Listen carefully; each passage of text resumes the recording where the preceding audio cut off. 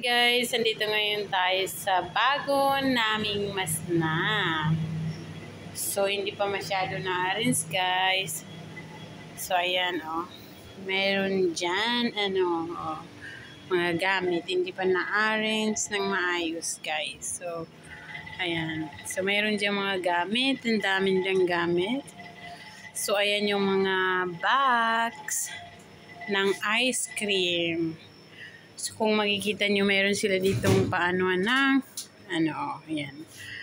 So, kakukuha lang ng amo namin itong masna. So, ayan.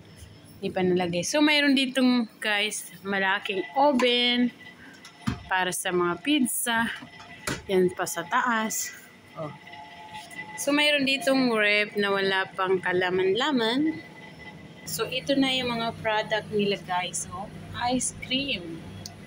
So, ayan, pistachio. Oh, ayan, guys, yung mga product nila, oh, ng ice cream. Oh. So, magsawa ka lang kumain ng ice cream kasi ang dami, oh. Oh.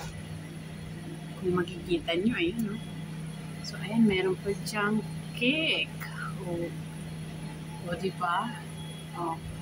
So, kabibenta lang nila to. Itong shop. Yung masna. Yung production kung saan nagpo-product sila ng mga ice cream. So, makikita nyo guys. Oh, diba? Ang sarap niya.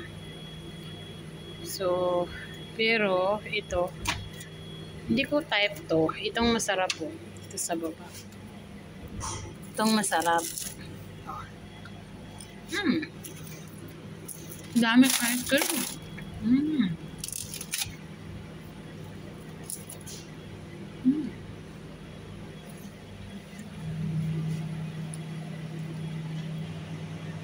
Ito naman, walang laman. So, ang dami nilang mga gamit na hindi pa nila nagagamit. So, yung iba expired na. Akala ko pera. Hindi naman pera. Ano kaya ito?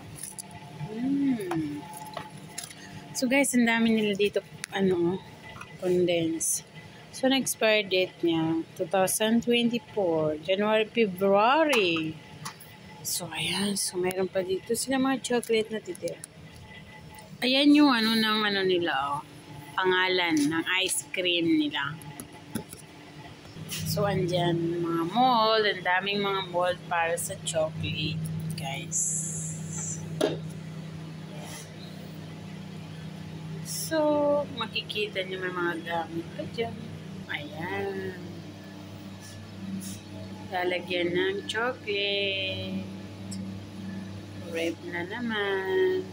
So, ayan dito, may chocolate machine. Ayan, meron sila ditong ice cream. Ayan. Dami. White chocolate.